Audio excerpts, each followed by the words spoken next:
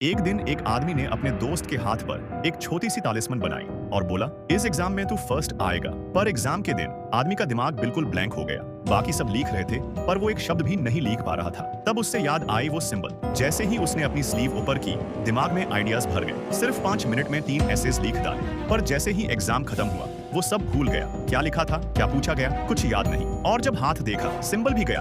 दोस्त बोला, चिंता मत कर, तू टॉप करेगा। और वाकई रिजल्ट के दिन उसका नाम सबसे ऊपर था। जिया फेंगजी टॉप स्कोरर। सब उसकी तारीफ कर रहे थे पर वो खुश नहीं था। उससे लगा ये तो मेहनत नहीं, जादू से मिला रिजल्ट है। वो अपने पुरखों के मकबरे गया सोचने, पर तभी उसका दोस्त वहां मिल गया। तब समझ आया दोस्त कोई आम आदमी नहीं, एक इमॉर्टल था। वो उसके साथ चल पड़ा और दोनों पहाड़ों के बीच एक गुप्त केव में गए, जहाँ एक बूढ़ा सेंट ध्यान लगाए बैठा था। जिया ने जैसे ही पैरों में झोंक कर प्रणाम किया, दोनों गायब हो गए और उसके सामने एक शेर आ गया। वो दारा आंखें बैंड कर ली, पर शेर ने उस पर हमला नहीं किया, बल्कि यूं से जेंटली टच करके पुकारा। वो उसकी वाइफ थी। जिया हैरान रह गया। उसके हाथ में वाइफ थी, पर अगले पल वो सूखी ट्री ब्रांच बन गई। ये सब सेंट की टेस्ट थी, उसकी इंसानियत और विश्वास की। सेंट ने कहा, तू अभी रेडी नहीं, और उसे वापस भेज दिया। पर जब वो घर पहुंचा, सब बदल चुका था। उसका घर टूटा हुआ था, लोग बड़ाल गए थे। 2 छोटे बच्चे मिले, उन्होंने एक बुजुर्ग के पास ले गया। बुजुर्ग ने कहा, तू भी जिया फंगजी की कहानी सुनने आया। पता चला जिया फंगजी को गए हुए 100 साल हो चुके थे। उसकी वाइफ अभी अभी नींद से जागी थी और उसका चेहरा बिल्कुल वैसे ही था जैसे पहले।